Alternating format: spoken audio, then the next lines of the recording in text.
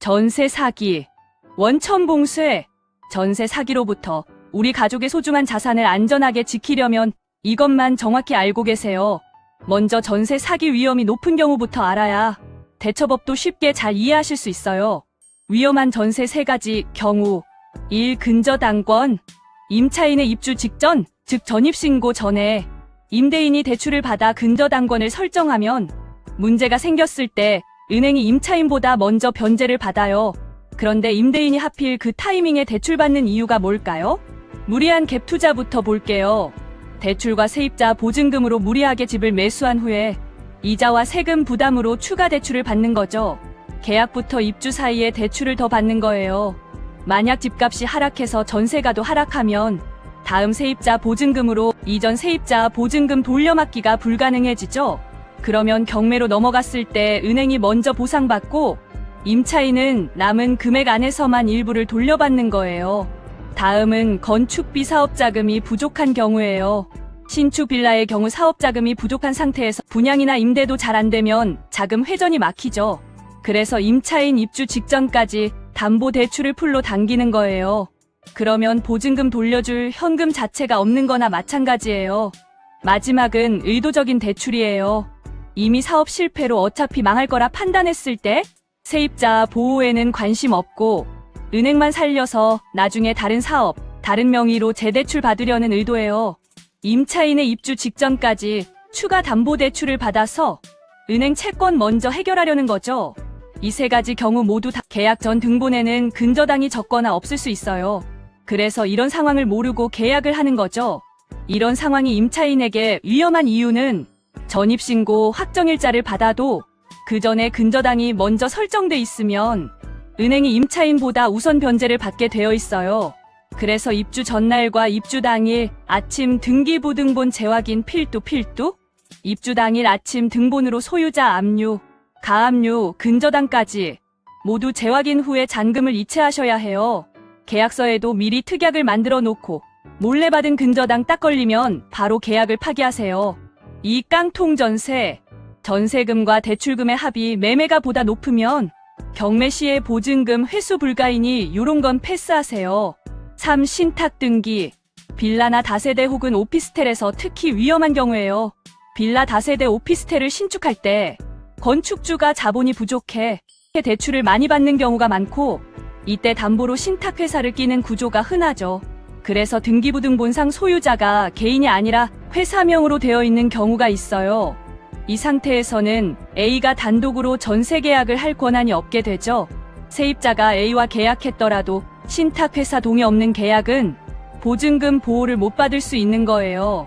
신탁회사와 연결되어 있는지 확인하는 방법은 등기부등본의 갑구를 보는 건데 등기부등본 갑구 소유자가 개인이 아니라 땡땡 신탁이나 땡땡 자산 신탁이면 아주 위험해요. 이제 전세 사기에 대처하는 5가지를 알려드릴게요. 이미 임대인의 실물과 주민등록증의 사진을 대조했다는 가정하에 시작할게요. 1. 등기부등본과 통장사본 확인하기. 먼저 등기부등본에서 확인할 사항이에요. 일단 등본의 갑구에 있는 소유자명이 임대인의 주민등록증 이름과 일치하는지 확인하세요. 그리고 압류, 가압류 여부도 두 눈을 부릅뜨고 보세요. 압류나 가압류는 우리 눈에 띄면 안 되겠죠? 그 다음 을구에서는 채권 최고액 설정 금액을 확인하세요.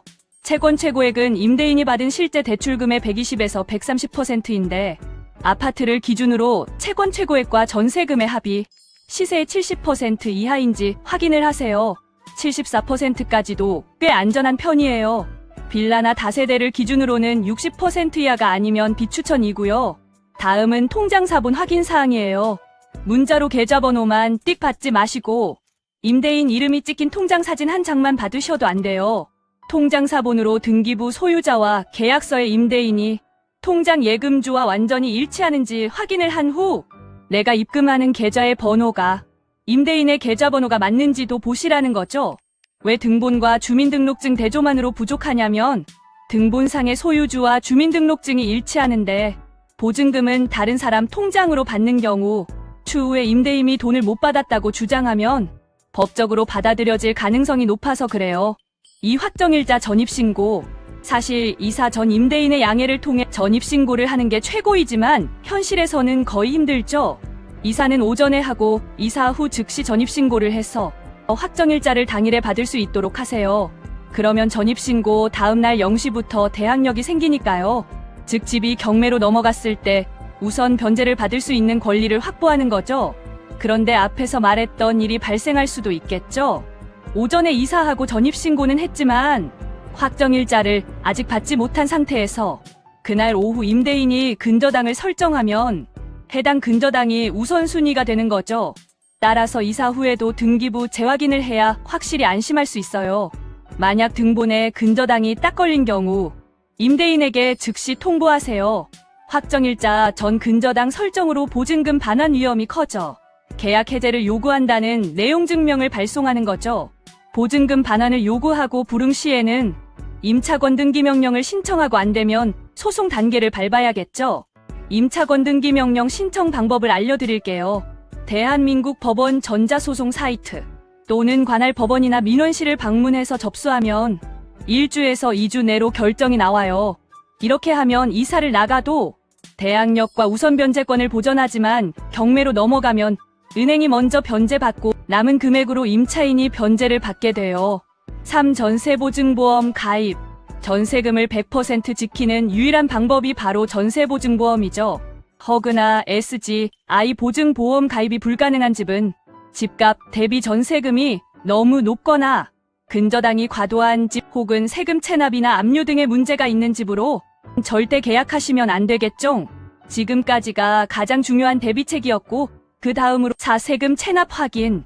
임대인에게 계약 전 국세지방세 완납증명서를 요구하고 못 준다고 하면 계약은 없던 걸로 바이바이 하세요. 5. 계약 시 특약 넣기. 계약 시 아래와 같이 특약 문구를 꼭 넣으세요.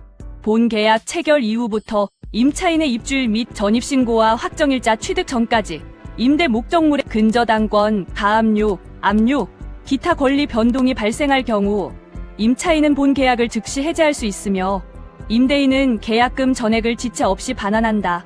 사실 신축 빌라나 다세대 주택이 아닌 아파트의 경우 시세가 명확하고 전세가율도 낮다면 보증보험 없이도 위의 기본 원칙만 지키면 전세 사기 위험은 상당히 낮아요.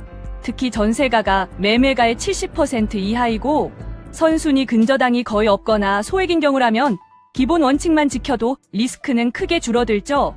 다만 보증보험은 마지막 안전벨트라는 점은 함께 고려하는 것이 좋겠지용. 마무리로 등기부등본과 통장사본 보증보험 확정일자 이 세 가지는 꼭 기억하세요. 더 많은 울가족 꿀정보는 좋아요와 구독 꾹꾹